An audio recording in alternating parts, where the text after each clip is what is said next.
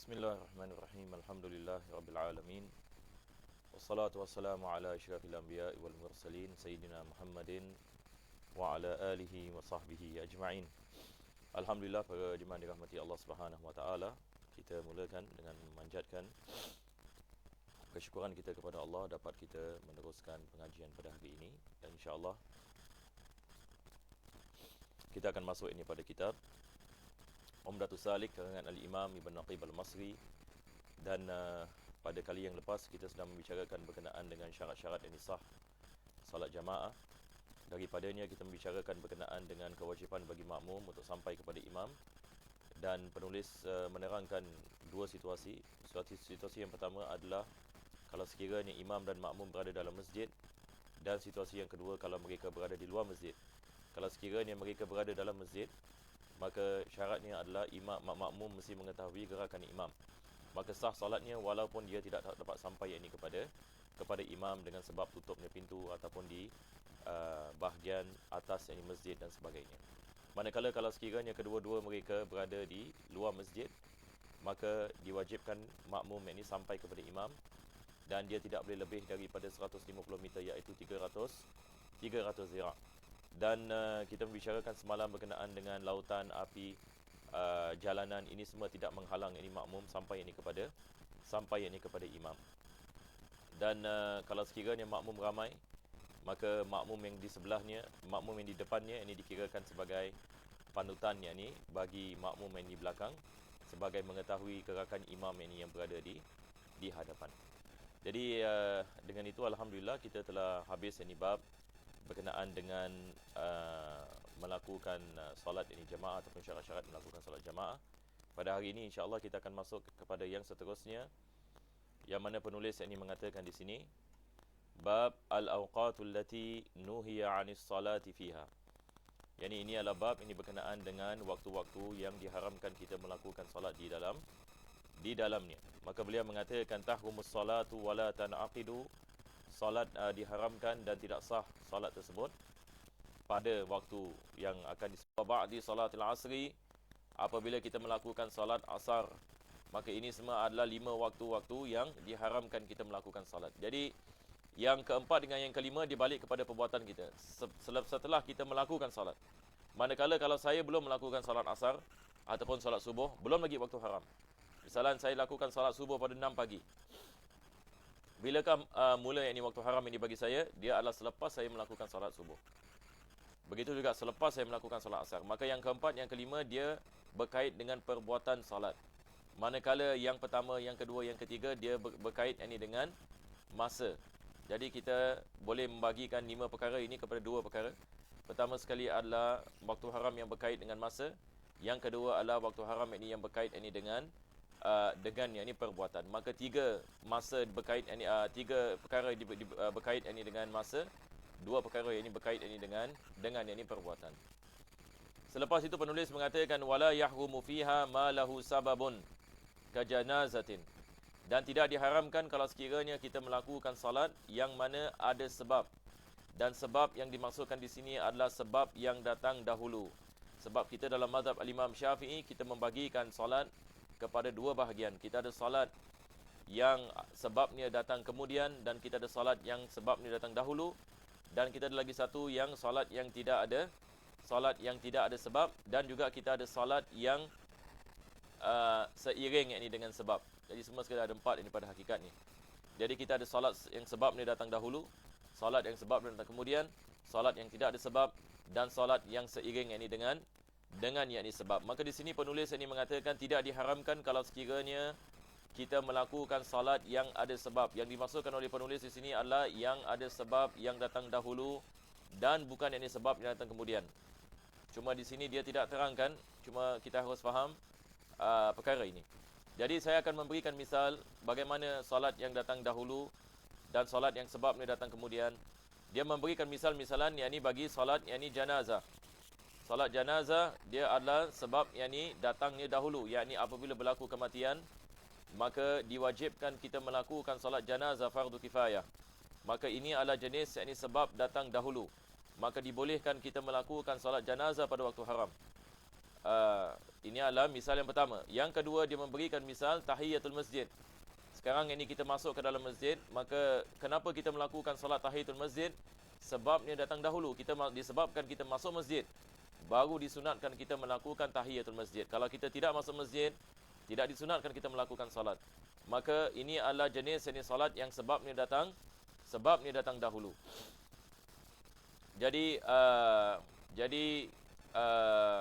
ini adalah misal kita mengatakan salat yang sebabnya datang yakni dahulu. Yang seterusnya penulis ini mengatakan sunnati wudu.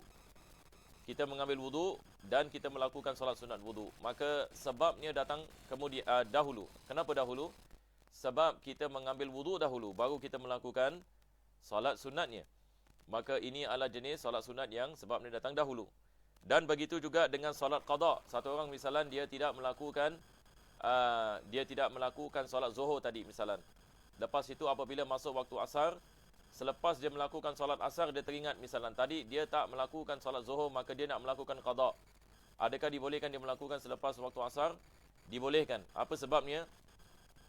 Sebabnya ini adalah jenis salat yang sebabnya datang dahulu, yakni disebabkan dia meninggalkan ini salat zuhur yang telah lepas.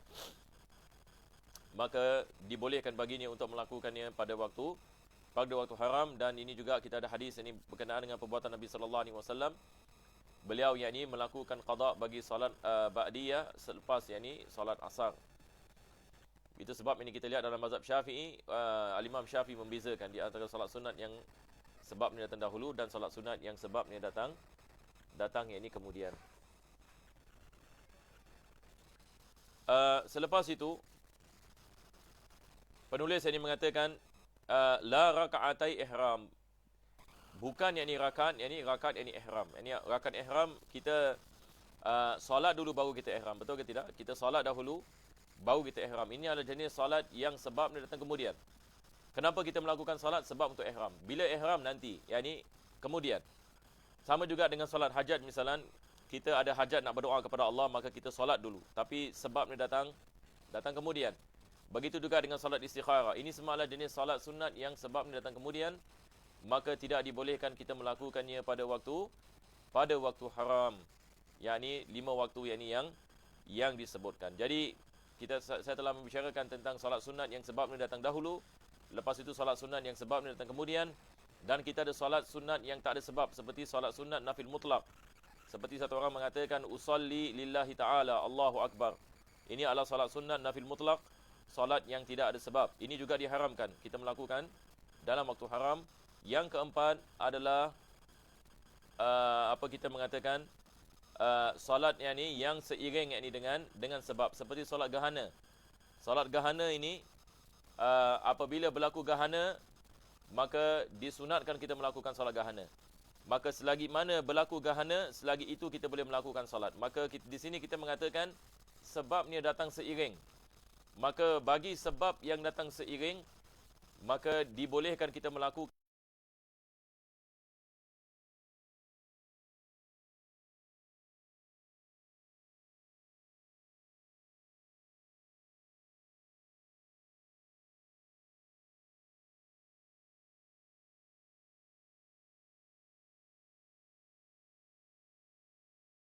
menunjukkan kepada kaum ini Abdul Manaf.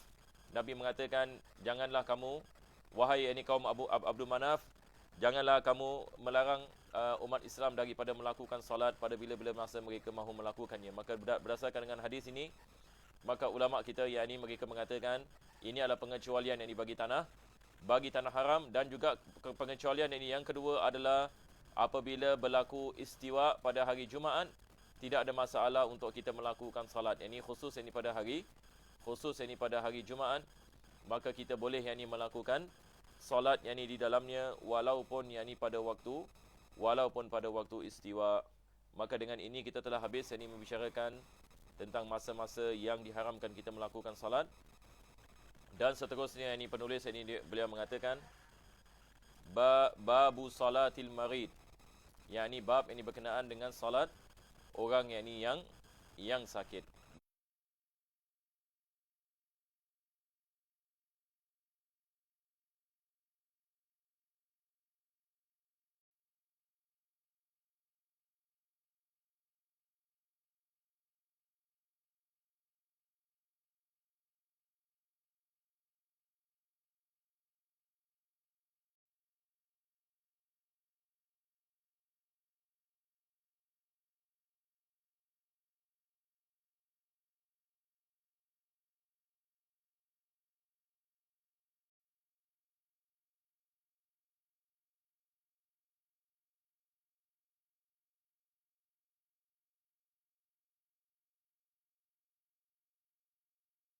Jadi yang pertama sekali beliau mengatakan lil ajizi salatul maridi qa'idan wal muradu minal ajzi an yashqa alaihi al qiyam masyaqqatan zahira aw yakhafu minhu maradan aw ziyadatahu aw dawarana ra'si fi safinatin.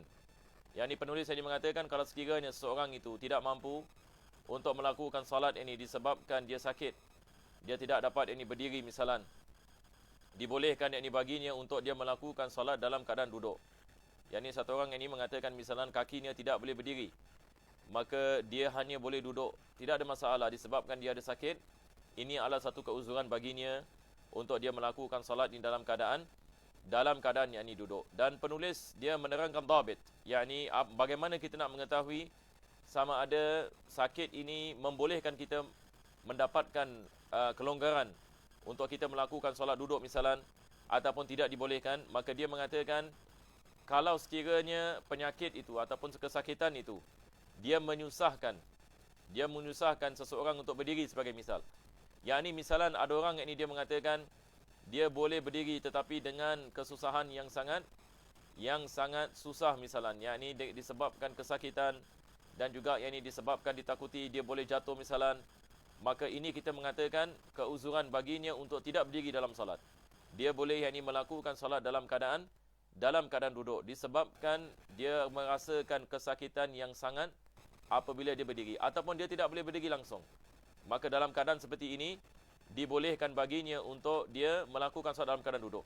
Tetapi kalau sekiranya dia boleh berdiri misalan dan ini tidak menyebabkan kesakitan yang sangat dia boleh yang ini tahan yang ini misalan, maka dalam keadaan seperti ini tidak ada keuzuran baginya untuk tidak melakukan salat dalam keadaan berdiri. Jadi di sini kita harus ini membezakan siapakah yang ini orang yang diberikan keuzuran dan siapakah yang tidak diberikan keuzuran. Ini adalah perkara yang pertama. Perkara yang kedua, penulis ini mengatakan kalau sekiranya dia takut kalau dia berdiri misalan penyakitnya akan bertambah ataupun akan menjadi lebih berat misalan, maka ini juga ada satu keuzuran. Ataupun seseorang itu misalan dia kalau berdiri dan disebabkan dia naik kapal misalan, ditakuti dia boleh terjatuh disebabkan dia pening misalan. Kalau dia berdiri di atas kapal, dia akan pening. Maka ditakuti kalau dia jatuh dalam keadaan seperti ini juga dibolehkan ini baginya untuk dia melakukan salat dalam keadaan duduk. Dan duduk dia mengatakan